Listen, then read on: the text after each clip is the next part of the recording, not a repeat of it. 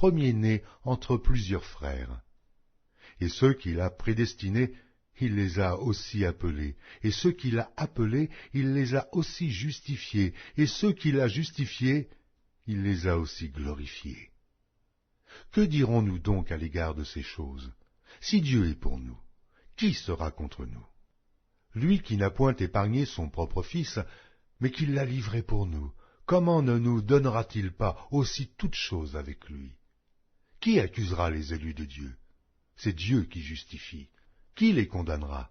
Christ est mort. Bien plus, il est ressuscité, et il est à la droite de Dieu, et il intercède pour nous. Qui nous séparera de l'amour de Christ? Sera-ce la tribulation ou l'angoisse, ou la persécution, ou la faim, ou la nudité, ou le péril, ou l'épée? Selon qu'il est écrit, c'est à cause de toi qu'on nous met à mort tout le jour, qu'on nous regarde comme des brebis destinées à la boucherie. Mais, dans toutes ces choses, nous sommes plus que vainqueurs par celui qui nous a aimés.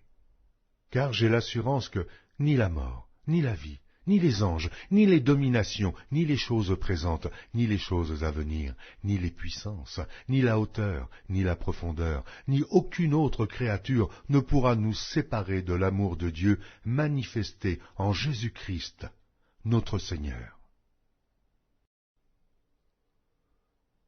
Épître de Paul aux Romains, chapitre 9. Je dis la vérité en Christ, je ne mens point. Ma conscience m'en rend témoignage par le Saint-Esprit.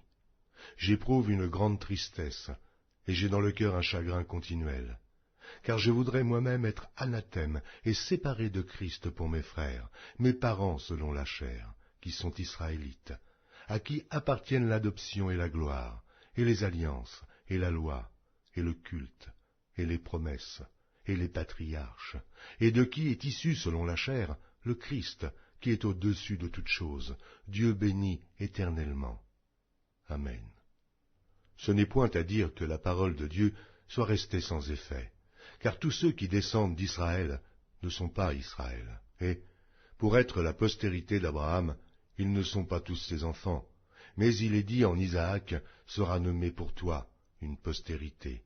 C'est-à-dire que ce ne sont pas les enfants de la chair qui sont enfants de Dieu, mais que ce sont les enfants de la promesse qui sont regardés comme la postérité. Voici en effet la parole de la promesse. Je reviendrai à cette même époque et Sarah aura un fils.